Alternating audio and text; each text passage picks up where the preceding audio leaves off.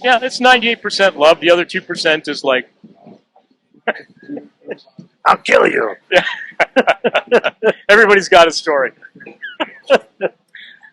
We won't talk about those on the air. No, we don't. No.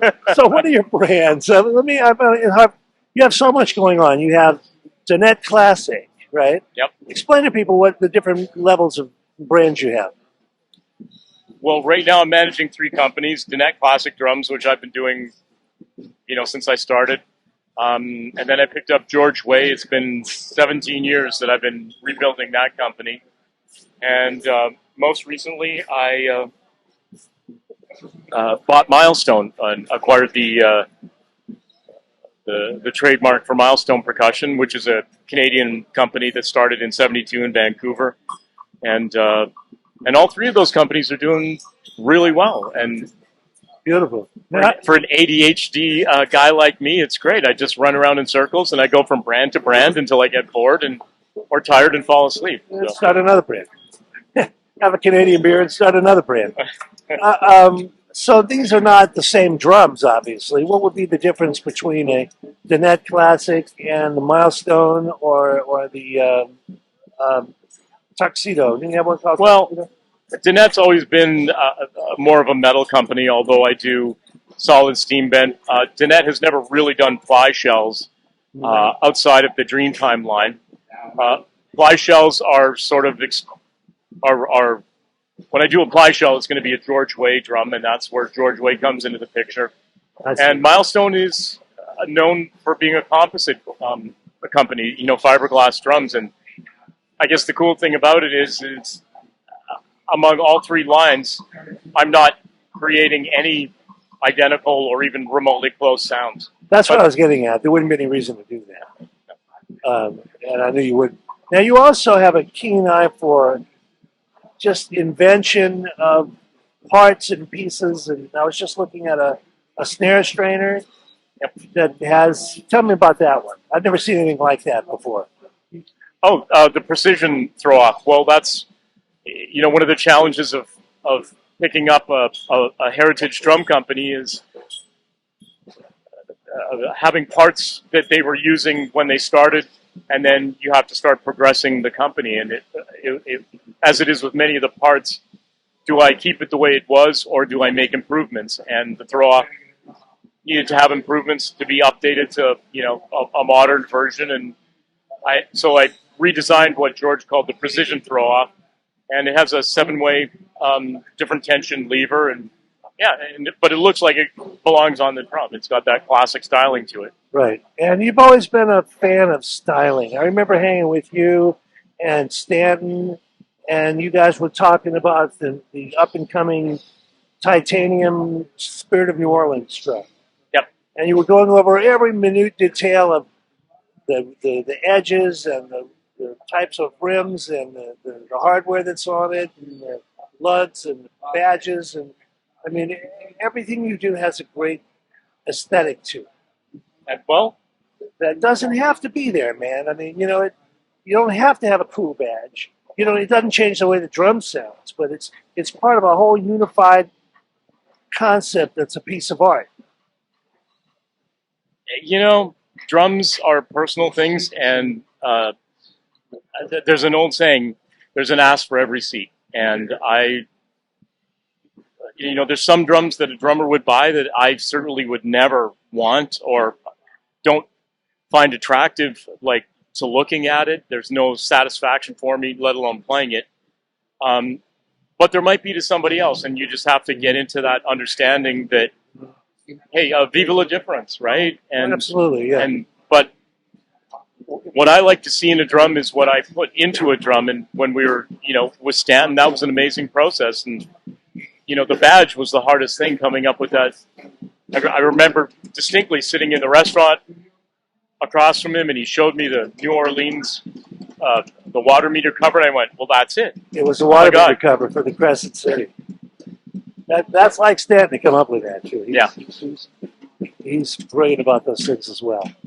So what else is going on? What's coming up next? You're staying in Nashville for a while. You have some dealers here. Yeah, we're sort of making a bit of a trip of this. So we're doing this show, Seeing a Dealer, on Monday. After the show, we're doing a clinic. We brought Ruben Spiker, um, a great Canadian drummer. He's worked with Drumeo, is an independent artist. He's just up and coming in his career, but he's just a fantastic player. And myself and Jeff Woods, another local Canadian builder that I'm kind of neighbors with, we thought, well, why don't we team up? As I've done with so many guys, like, we did music I was festivals. part of that team at some point Yes. when I had a company. And I like doing that. I like people who are like-minded, and we're not getting in each other's way or stepping on each other's toes. We're actually helping each other. By the way, Ron is all about that. He puts coalitions together. He had something going on for many, many years at the NAMM show called the Drumsmith Dinner.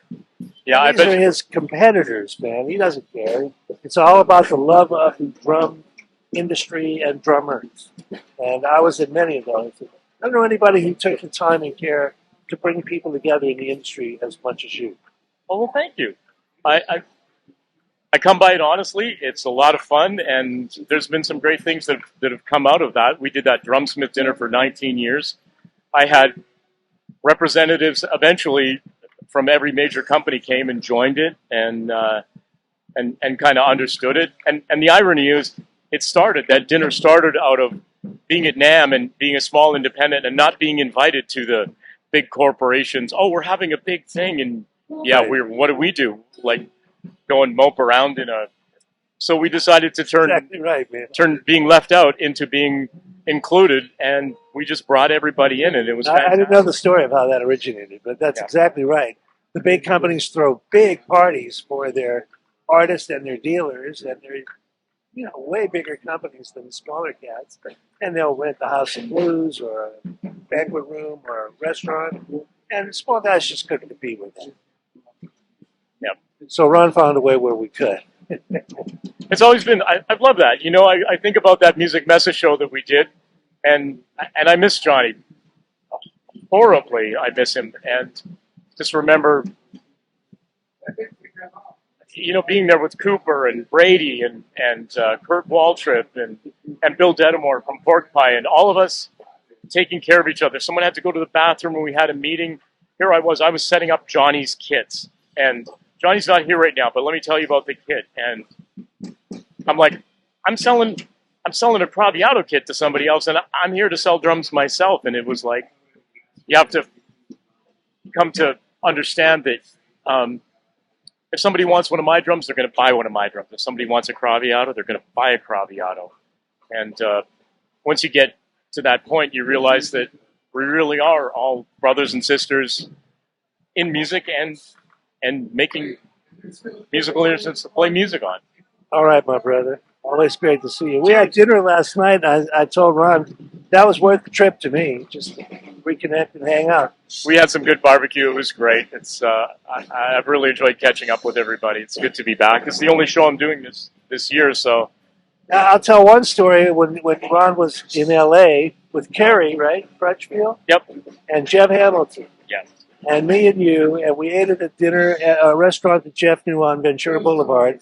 And it got late, and the owners closed up and came out with wine and joined us. And the next thing I knew, it was 9 a.m. Yeah. Yeah. And none of us had thought about leaving. No, it was, well, that's the thing about, the best thing you can do when you're in a room with Jeff Hamilton is be quiet and listen, because you're going to learn something and you're going to probably be entertained, and you come to the understanding that you're in the presence of a really great artist and a fantastic musician who's, he's got some experiences. Yeah. We were talking about this last night. I was going, I should get a picture of us, and I went, you know what? I don't need a picture. I am going to remember this so vividly, and I do. And Yeah, me too. yeah, Me too. it was great. Great memories like that with Jeff and other musicians and drummers and industry people, and that's why we're here, right? That is why we're here, and I'm glad you're here too. Me too. That's fantastic. Somebody needs to do this. I love doing it.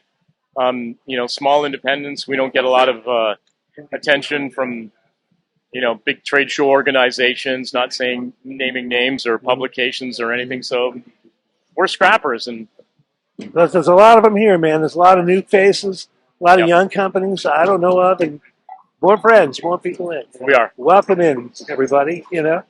All right, man. Well, thanks for stopping by and Thank you. saying hello. We'll Hey, head. everybody. Bye bye. My buddy. See you later, Ron. Yeah.